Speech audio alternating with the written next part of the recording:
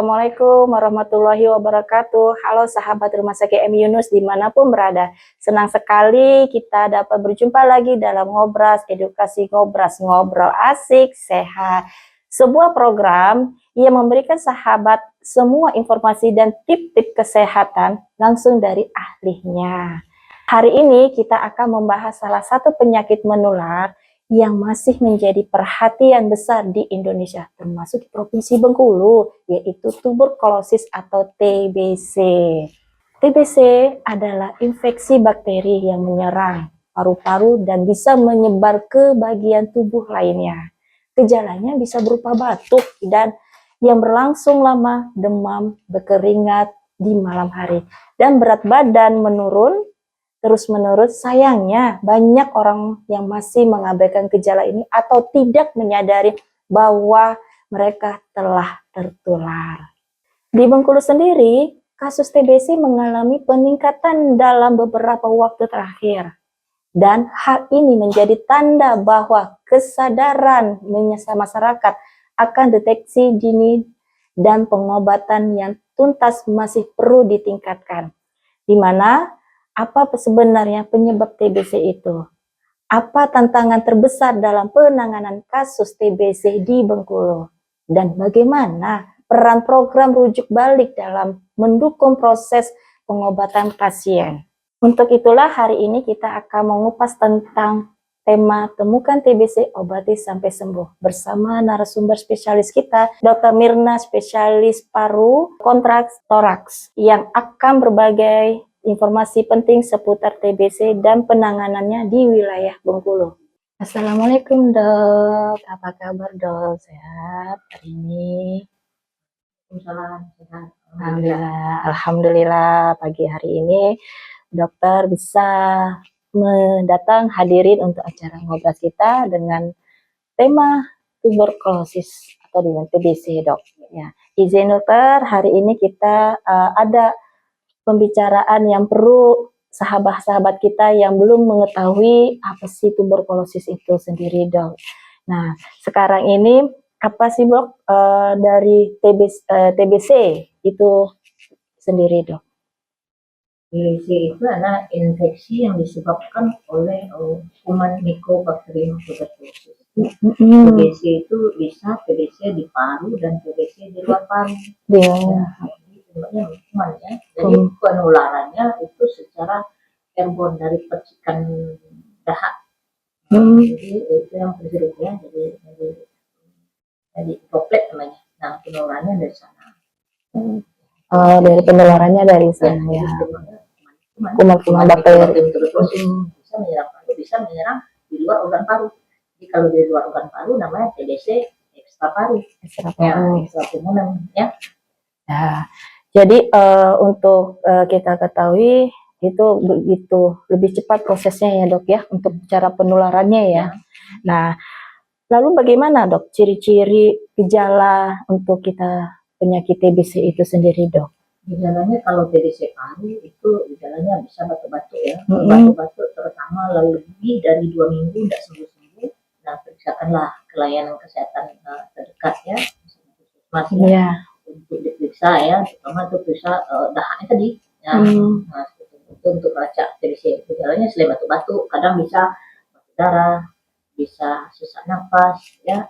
Terus yang gejala-gejala lain tambahannya misalnya berat badan tidak naik-naik ya, nafsu makan menurun, terus kadang disertai ada keringat banyak kalau malam hari. Itu gejala tambahan. Begitu. Jadi itu perlu ini banget ya dok ya, apa ekstra untuk ke badan kita itu begitu drastis ya dalam untuk TBC ini ya dok ya. Iya, kalau sudah ada seperti itu, ada keluhan seperti tadi, jangan dibiarkan lama-lama. Iya benar. Berobat. Kesehatan ya, ke layanan kesehatan ya yang dekat, misalnya dekat rumahnya bisa puskesmas ya. Ya dilacak untuk ke arah TB paru, TBC ya. Oke. Lalu dok, apa sih penyebab utama TBC dan bagaimana cara penularan bisa terjadi dalam kehidupan kita sehari-hari dok? TBC itu tadi penyebabnya kuman TBC, Mycobacterium tuberculosis. Nah, penularannya secara droplet itu dari percikan dahak ya, airborne infeksi. Jadi percikan dahak itu kuman berada di ruangan itu terhirup sama orang yang ada sekitar. Penularannya. Ya. Oke. Siapa saja dok yang lebih rentan terkena TBC itu? Apa anak-anak atau lansia atau memiliki resiko yang lebih tinggi dok? TBC itu memang ya kalau yang lebih rentan tentu orang yang imunnya lemah. Ya, nah, yang lebih rentan untuk lebih mudah mendapatkan TBC dibanding orang yang imunnya kuat gitu ya. Nah, imunnya lemah ini siapa? Orang tua misalnya. Orang ada penyakit komorbid misalnya kan, misalnya diabetes, atau orang kanker misalnya, imunnya lemah, atau orang sedang kemoterapi ya, sistem imunnya lemah itu. Nah, itu lebih gampang terinfeksi kuman TBC dibanding orang yang tidak ada komorbid, tidak ada penyakit-penyakit lain yang melemahkan sistem imun. Orang HIV misalnya. Nah, itu gampang dapat TBC. Jadi yang risiko-risiko yang lebih tinggi yang punya dari awalnya punya penyakit yang sudah orang tua ya. Kalau anak-anak ya, itu juga bisa pengaruh dengan faktor gizi juga untuk anak-anak ya Bu ya. Dari gizi tambah ya, orang tua itu memang imun sudah mulai turun kan? Ya gitu. Terus perbedaan antara TBC paru dengan TBC luar paru tuh apa gejalanya juga dok? Nah, kalau TBC paru gejala seperti tadi, ya gejala paru, gejala respiratorik seperti batuk-batuk, nanti kan bisa batuk darah, sesak napas, nyeri dada. Itu TBC-nya di paru. Nah, TBC itu bisa di organ selain paru, TBC ekstra paru misalnya kan. Nah, gejala tergantung organ mana yang dikenai. Misalnya TBC kelenjar, nah itu kadang benjolan aja, misalnya di leher itu. Nah, TBC kelenjar di leher, benjolan aja di lenjar itu nampak benjolan ada yang muncul di lehernya. Nah, itu kadang orang bisa tidak batuk kalau tidak mengenai paru. Nah, misalnya TBC misalnya ada TBC di otak, misalnya meningitis TBC. Nah, itu gejala bisa orang kejang, sakit kepala, penuh kesadaran. Nah, itu juga juga. Berarti banyak ya indikasi-indikasi yang untuk kita baik di dalam, baik di luar ya TBC itu ya. Di luar paru itu tergantung organ mana yang dikenainya. Ya. Lalu dok, bagaimana proses diagnosis TBC dilakukan? Terus apa semua penderita batuk perlu kita langsung curigakan TBC itu dok? Jadi pemeriksaan untuk TBC itu yang dianjurkan itu pemeriksaan dahak ya. Ya. Kalau ya batuk-batuk lah lebih dua minggu tidak juga sembuh-sembuh, penyebabnya belum jelas ya harus diperiksakan. Karena kasus TBC kita di Indonesia tinggi, nomor 2 di dunia setelah India. Jadi kalau sudah ada batuk-batuk dari 2 minggu, ya penyebabnya tidak jelas ya periksakan lah. Nah, pemeriksaan tentu periksa dahak. Yang sudah ada di puskesmas, di layanan kesehatan sudah ada semua pemeriksaan dahak, dilacak dari dahak. Dan nanti berlanjut kalau dahak negatif, bisa berlanjut nanti di ronsen dada, ronsen torak. Ronsen torak ya. Sehat-sehat.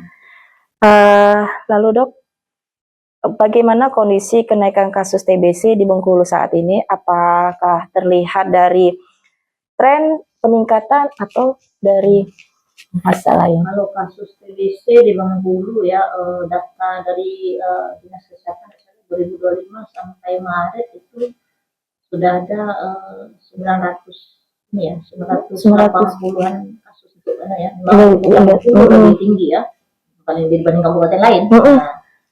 Target dari hitungan prediksi dari Kemenkes itu untuk 1 tahun itu 7.000-an, baru ketemunya sekitar 980-an per Mei kemarin. Per Mei ya?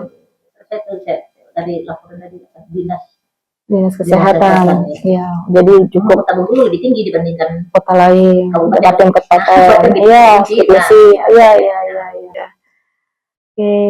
Nah, lalu dok, penyebab dari peningkatan kasus TBC di wilayah Bengkulu, apa karena kesadaran masyarakat masih rendah kah dok? Jadi peningkatan kasus itu ya nggak di Bengkulu aja ya, itu karena pertama memang itu pendidikan sosial, pendidikan ekonomi. Ya. Jadi kadang orang batuk-batuk ya sudah lama, kadang sudah batuk darah, masih juga itu dia bilang ada ini apa dikasih racun, nah itu masih banyak. Itu berdasarkan ini kan. Analisa dari mereka ya. Jadi berdasarkan pendidikan juga. Tapi kalau orang yang sudah tinggi dan sudah high educated yang masih pendidikan tinggi, batuk sedikit aja dia sudah cuma langsung ke layanan kesehatan kan. Ya. Nah yang kedua ya lingkungan, misalnya kepadatan penduduk ya di luar satu rumah orang yang Ya, itu perlu kita harus perhatikan juga dalam satu jadi rumah itu, itu ya. itu kan respon untuk TB kalau satu kena tuh kan Iya. kepadatan penduduknya apalagi dalam satu rumah itu ya daerah yang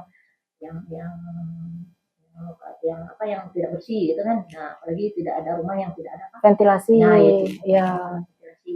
Ya, apalagi kita satu rumah ada yang rokok, ada yang batuk, udah yang tidak ada ventilasi itulah yang penguapan dari udara. Tadi ya. Kemudian ya gizi tadi. Gizi. Nah, gizi itu menurunkan sistem imun. Imunnya rendah gampang diserang. Iya. Kalau gizi itu walaupun cuma masuk ya diserang oleh sistem imun deh, itu bisa mati. Jadi dari asupan kita sendiri. Sistem imun kita yang kuat jadi salah dia kuman. Iya, benar. Tapi kalau gizi kita lemah ya kemana kita sakit. Ya, dilawan ya. Ya. Jadi kini nih tantangan terbesar dari apa namanya tuh dok dalam penanganan DBC di Bengkulu khususnya di lingkungan pelayanan kesehatan itu dok, gimana dok? Penanganannya? Ya. Penanganannya itu kan ada program itu dari dinas ya, dari program nasional itu ya itu tadi mengadakan melacak pasien-pasien. Jadi enggak pasien salah satu tadi itu ada pasien TB yang ditemukan ya. Kita harus mencari orang yang terkontak dengan dia tadi. Nah, jadi itu tadi ini program investigasi kontak itu kan. Nah, dilacak apakah orang yang serumah itu sudah terkena atau belum. Ada pemeriksaannya nanti kalau belum terkena TB ya ada juga untuk pencegahannya itu dilakukan pemeriksaan untuk tes. Nah, kalau seandainya untuk tesnya ini positif, nah orang tadi yang belum sakit dikasih obat anti untuk pencegahan TB supaya dia tidak dapat TB di kemudian hari. Nah, itu pemeriksaan untuk tes itu kalau itu positif ya. Nah, jadi yang sudah kontak dengan orang TBC. Nah, yang misalnya kontak semua si bapak yang TB itu istrinya anak-anak yang itu bisa semua. Nah, untuk pencegahan tadi itu ya, untuk supaya untuk apa memutus rantai supaya yang sudah melacak yang belum sakit ini, nah yang belum sakit ini diperiksa apakah dia sudah TBC pula atau dia belum belum kena. Nah, diputus rantai sampai di situ. Nah, pengobatan pencegahan namanya. Jadi dari Dinkes kita menjelidiki dulu, kita datangin ke rumah untuk kita di perubahan puskesmas itu ya programnya. Jadi puskesmas kalau ketemu orang mengambil data, TBC ada orang TBC ya, sudah tegak diagnosisnya TBC, nah harus dilakukan investigasi kontak. Jadi untuk menurunkan angka ini salah satu untuk menurunkan angka insiden TB itu ya, insiden TBC karena kita program eliminasi TBC 2030 gitu, eliminasi TBC. Nah, tahun 2030. Nah, itu 5 tahun lagi. Masih kita menurunkan angka TBC itu sampai 65 kasus per 1000 penduduk. Jadi berapa persen tuh ya? Nah, ya, jadi salah satunya caranya itu. Selama ini kita kan mengobat saja, mengobat saja orang yang sudah sakit. Nah, sekarang mencari ini yang baru-baru lagi. Ya, dicari benar yang belum sakit itu masih bisa lagi ya. Kalau dia sudah sakit dulu langsung diobat. Kalau enggak pencegahan.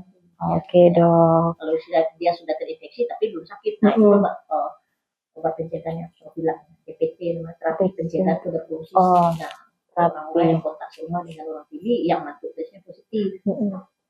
Ya, betul. Nah, di sini dok bisa dijelaskan apa program rujuk balik untuk pasien TBC dan bagaimana sistemnya dok untuk berjalannya ya. Jadi kalau kita diagnosis nih misalnya melacak pasien TBC nih ya, nah kita diagnosis TBC tegak, dan kita kirim ke puskesmas tempat di mana dia alamat dia tinggal. Nah, karena apa? Puskesmas punya wilayah kerja, jadi dia memantau terusnya. Jadi di bawah kalau kita diagnosis kan tidak ada kerja. Nah, batasan kerja kita ya pagar ini depan dengan belakang aja kan. Nah, makanya dirujuk balik ke puskesmas tempat ya. Kalau balik ke sana dia memantau orang itu sampai selesai pengobatan, sampai sembuh. Ya, jadi di bawah pengawasan puskesmasnya. Itulah program rujuk baliknya ke paskes. Ya, kalau kita terlacak di sini ya. Kalau terlacak di puskesmas ya dia sampai selesai. Jadi mulai dia mendiagnosis pasien dia bertanggung jawab untuk supaya pasien ini jangan sampai putus obat ya, sampai selesai pengobatannya. Kalau dia tidak datang, pasien dia harus mencari kenapa tidak datang ya. Itu jadi karena dia punya wilayah kerja. Jadi puskesmas itu sendiri yang kalau misalnya pasiennya ini tidak datang ke puskesmas, kita kejar bola ya. Nah, sini dok, apa manfaat dari program rujuk balik di ini bagi pasien dan bagi rumah sakit rujuk seperti rumah sakit M. Yunus? Nah, program rujuk balik ya dia jelas tadi itu ya, jadi pasien itu lebih dekat ya, dekat rumahnya. Jadi sudah tuh puskesmas penjual kerja bisa memantau. Jadi biaya pasien tidak jauh, karena pasien terlacak dari rumah di sini, alamat di rumah. Tak mungkin dia bolak-balik rumah sakit M. Yunus. Bisa di sana diselesaikan pengobatannya. Jadi kita rujuk itu. Jadi memudahkan pasien dan kalau di sana dia terpantau sampai selesai pengobatan. Kalau dia tidak mengambil obat, misalnya tidak datang, nah puskesmas bisa ngejar bola, bisa mencari dia. Kalau kita tuh tidak bisa, karena kita tidak ada wilayah kerja sampai ke situ. Nah itulah anunya, itulah tujuan rujuk balik itu supaya daerah dia puskesmas, wilayah kerja tempat puskesmas dia berada itu memantau dia sampai selesai pengobatan. Jangan sampai pasien ini putus berobat gitu. Ya. Nah, dok, pertanyaan terakhir nih dok. Nah, apa pesan dokter untuk masyarakat agar lebih waspada, peduli dan tidak malu dok untuk memeriksa diri kita nih dok untuk mengalami gejala TBC itu dok? Biasanya malu banget nih dok. Jadi kalau ada kita keluhan batuk-batuk ya, yang lebih dari 2 minggu, yang tidak juga sembuh-sembuh, periksalah segera kesehatan ya, ke layanan kesehatan terdekat ya. Nah, terus kalau TBC ini dibiarkan berlarut-larut, nanti akhirnya terdiagnosis juga sudah stadium sudah luas, sudah lanjut, kerusakan paru itu sudah luas. Nah, kalau kerusakan paru sudah luas, nanti dia sembuh juga di obat, tapi dengan cacat paru yang lebih luas. Nah, kalau dia baru lesinya, kerusakan tuh lesinya ya, namanya lesinya itu ringan, sedikit baru jadi cepat diketahui, cepat diobat ya. Kadang paru itu sembuh tanpa cacat, tanpa bekas. Nah, jadi kalau itu batuk lebih 2 minggu udah sembuh-sembuh, jangan dianggap batuk biasa, ya segera periksakan kesehatan. Nah, karena insiden kasus TB kita tinggi. Nah, nomor 2 di dunia setelah India. Oke dok, makasih atas untuk pembicaraan kita dan wawasan ilmu yang begitu kita ketahui, benar-benar kita pahami banget ini dok.